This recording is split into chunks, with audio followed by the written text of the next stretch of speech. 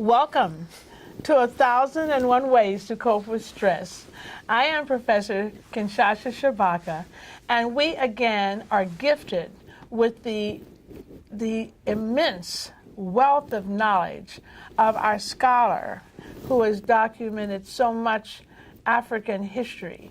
And I present to you part 3 of Who Are the Egyptians? Dr. Fred Monderson. Well, thank you again, Professor, for inviting me for this third session of this question, who were the ancient Egyptians? As we broke with the last session, I wanted to show you how Europe transitioned into various phases of imperialism.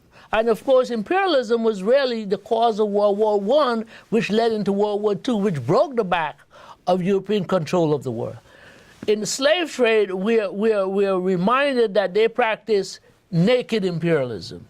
In the colonial period, it became enlightened imperialism. That is to say, I will help you, but you will pay me in terms of your resources, natural resources. You know, when the Europeans went into Africa, they did studies on every aspect of Africa's resource and culture.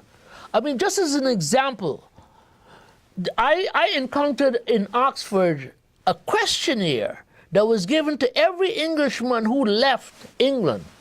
105 questions you were to answer about music of the respective area you were going to. The British Museum is a storehouse. Yes, it is. It's interesting because Dr. Diop explained to Ivan van Sertima, the beard of the Sphinx fell off. It is said that Napoleon's artillery fired on it and the beard fell off, and the British took it to the British Museum. The Egyptians asked for it. After lengthy discussion, they says, okay, listen, we really can't give you this back. I know we took it from you illegally, but we will loan it to you on a permanent basis. The reason why they created this loophole so that if it becomes a legal precedent, then every part of the colonial world that had artifacts removed will say, well, there's the precedent, we want everything back. Which means that the British Museum would be stripped of everything. Absolutely. The Met, Brooklyn, Philadelphia, you name it. All over the world. So I was trying to explain how Flinders Petrie, the father of modern Egyptian archaeology, began by using Greek names to describe the ancient Egyptians, which meant that he was not real. This is not authentic descriptions because the Egyptians, by the time of the Greeks, the Egyptians had already eclipsed and were on the downward spiral. But he began using different names. And naming is so significant because once you name a person, you can control that person. For example, it was a part of the movement. Dr. Carruthers pointed out that Hegel, which was an early 19th century German philosopher who decreed that Africa was outside of the realm of history, that Hegel removed Africans from Egypt and then removed Egypt from Africa, and they created this Fertile Crescent area. Not the Fertile Crescent, the Middle East. And with the Middle East, they propagated the idea that the Fertile Crescent actually began in Mesopotamia, which Mesopotamia means the area between the two rivers, the Tigris and Euphrates. It also means lies. It is. And it curved towards Egypt. Marcus Garvey met this Egyptian named Dusay Muhammad, and they were in Egypt, in England in the early teens of the 20th century. And they come up with the astonishing view that the Fertile Crescent, in fact, occurred in the reverse. It emanated on the Nile Valley, on the banks of the Nile River, and curved towards these areas external to Africa, to Egypt. Marcus Garvey has been a wonderful father of black consciousness and what have you. But he looked at the pyramids, and most people looking at the pyramids would say, how were they built? Garvey said, how were they paid for? He recognized the role of economics, and he argued that only with a surplus of resources that a nation is able to provide the military defense that will guarantee the integrity of citizenship. So the two things that he did contribute in terms of Egypt specifically. Of course, Garvey said, I looked around, I couldn't find our men of big affairs, and I created them. I made the Count of the Nile, the Baron of the Congo, and he created the Red Cross nurses, the Black Cross nurses, and all of this. Anyway, so Flinders Petrie began by changing the names.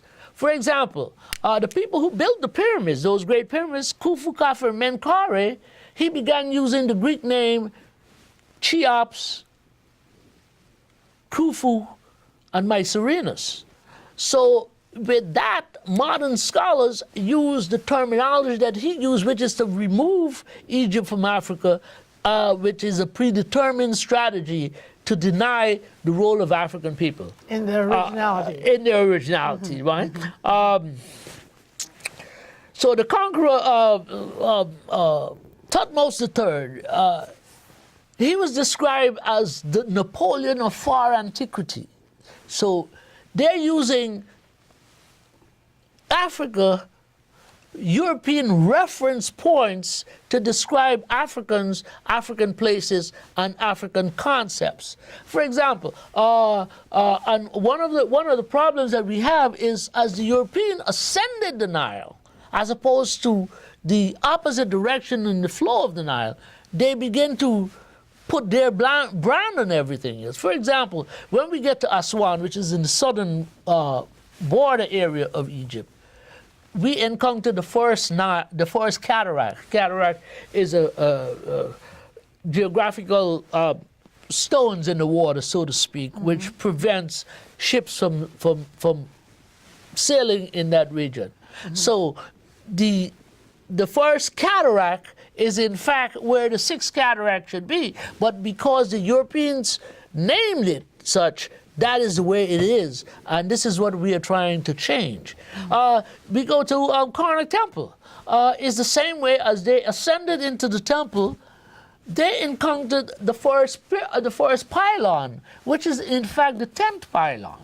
And everything that should be authentically Egyptian, then it's been changed to reflect the fact that these people were writing to a European audience, an emerging penny press, and a dissemination mechanism, which is publishing houses, newspapers, the movie centers, radio, even museum displays that showed Africa from the view of the European.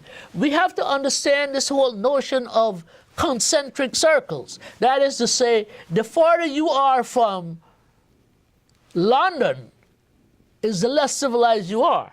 So if we're over there, like for example, those people in Australia, they're in another world. Because, I mean, Greenwich Mean Time passes right through London. So, and the English were some of the culprits of this here. So what does all of this do to us? We have to pay attention to the naming of Giuseppe Sorgi was an Italian writer of the 19th century who was concerned that the Nordic Europeans, the Germans, the Swedes, and what have you, were encroaching into their territory in the Mediterranean. So he created this whole notion of the Mediterranean race, which was different to the Nordic, Caucasian. What Dr. Diab did was he examined the evidence showing that using the same craniometric measurements, many of the unmixed races of in Africa would fall well into the Mediterranean race classification. Chatterjee and Kumar, according to Ivan van Sertima, they did a study in 1965 and analyzed crania from pre-dynastic Egypt and compared them with skulls of the Old Kingdom that are all skulls in respect to the long head, the broad face, the low orbit, the broad nasal aperture, and the same characteristic features that were of the Negro mold. So you see, it's complex, but Afrocentric scholarship is unraveling this mess, this falsity that was created so that, again, Europe will be elevated and Africa denigrated. In arguing his point, Chika Diop showed that in the tomb of King Ka at Abydos, which is in the First Dynasty, Petrie found a plaque showing an Indo-European captive in chains with his hands behind his back. Elliott Smith considers that the individual represented is a Semite. The dynastic epoch has also yielded documents showing Indo-European and Semitic prisoners. In contrast, the actual founder of the pharaonic line, Narmer or Menes, Zoso of the Third Dynasty, by whose time all the technological accoutrements were in place. Cheops, the builder of the Great Pyramid, he was a Cameroon type. Mentuhotep, founder of the 11th Dynasty, he was very black. Sesostris, Amenes Nefertari, Queen Amenes Nefertari, who's the ancestress of the ancient dynasty, and her son, Amenhotep. We got to understand that only some evidence has remained. A lot has been destroyed by the hand of time as well as the destructive hand of man. And not only that, a lot has been destroyed systematically because they project the African existence within this time period of in a rulership capacity as opposed to being subservient, a slave to the European control of the rudiments of state. Also, Doctor, I understand, I know in our tours with Dr. Ben Yakiman, some of the noses were actually cut off so that you wouldn't see the Negroid quality of them. They wanted them to deny that was, they were quite Afroid.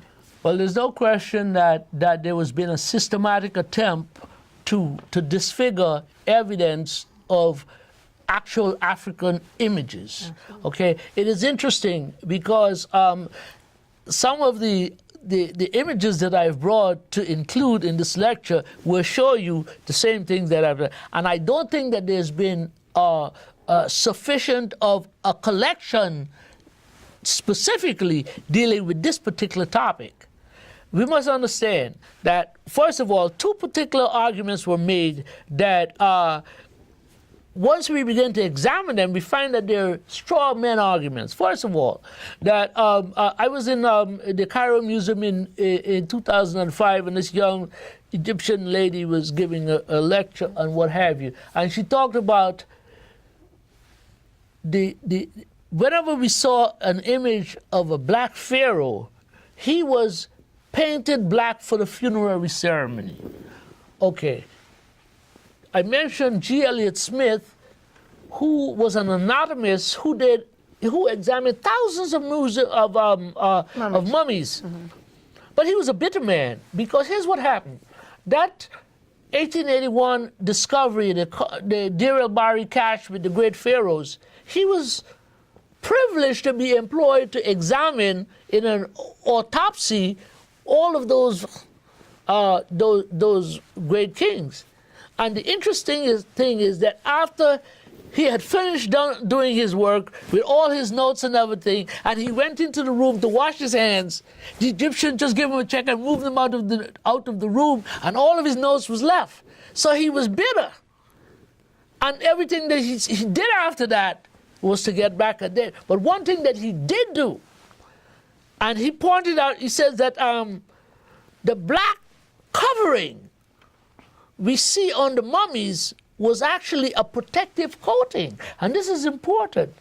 And he did say in the Egyptian mummies 1905 that you could see the brown skin under the black coating. So when people like the young guide in the museum say this, she doesn't understand. And I asked her who told you. She says, my professor at American University in Cairo told me this, but they didn't tell her the full story, that it was a device to cover the mummies. Right? Second, we need to be aware that there was an article published in the Gentleman's Magazine of 1820 where the article says that a mummy had been donated to the Hunterian Museum. And as they unraveled the mummy, they found that the skin color was brown. And within 4 hours after being exposed to the elements, it turned black. But at the time that they unraveled the mummy, they had the artists who painted the mummy in its natural color. Okay? So now, in that 1881 cache, Ramses II was also found there.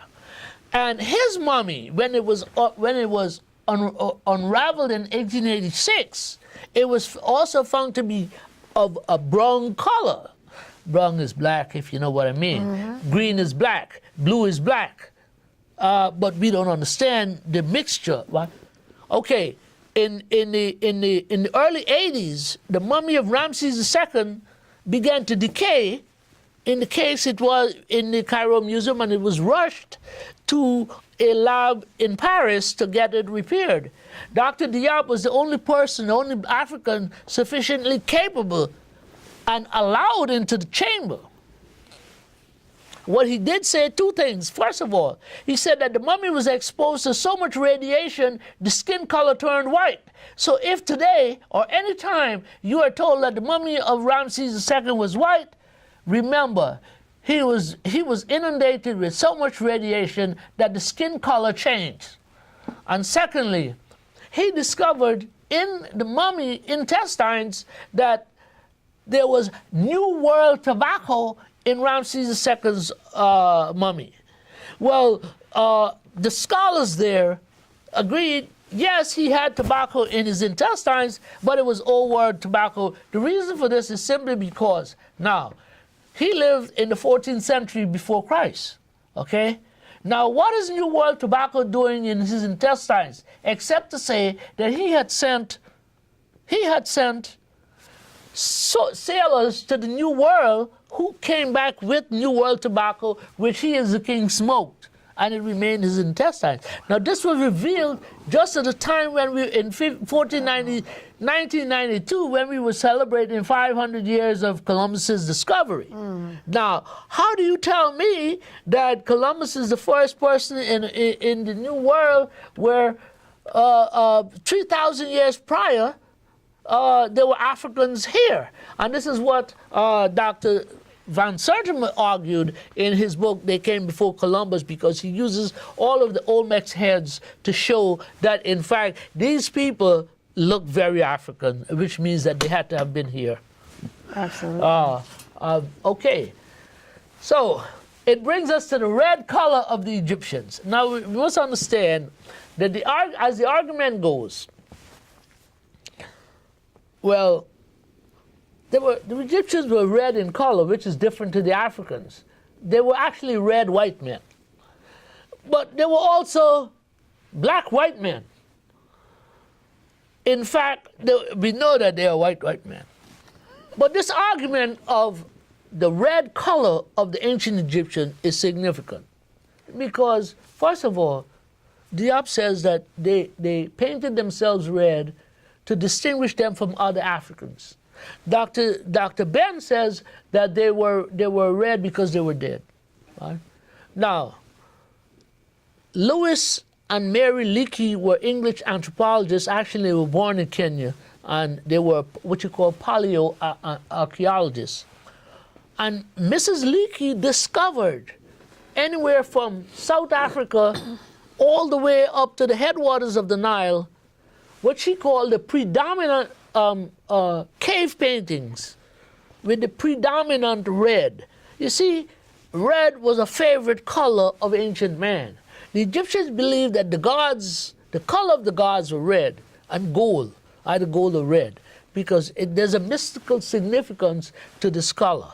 So they painted like that. But it's not that they were specifically that color, because everybody else who used red would have had to be Egyptian. Lo and behold, two things. One, the question of agriculture. Okay, we were told, and South Africa is key, we were told that agriculture began in the Fertile Crescent in Southwest Asia around 8000 BC and came to Africa in 4500, and then it spread elsewhere in Africa. Well, in 1971, an iron ore mine was discovered in South Africa, and it was dated at 41,000 BC. So I asked Professor Clark about this, and he said that if these people are mining iron at 41,000 BC, it meant that they had to have a large population, and if they had a large population, they had to be having agriculture. Okay, one.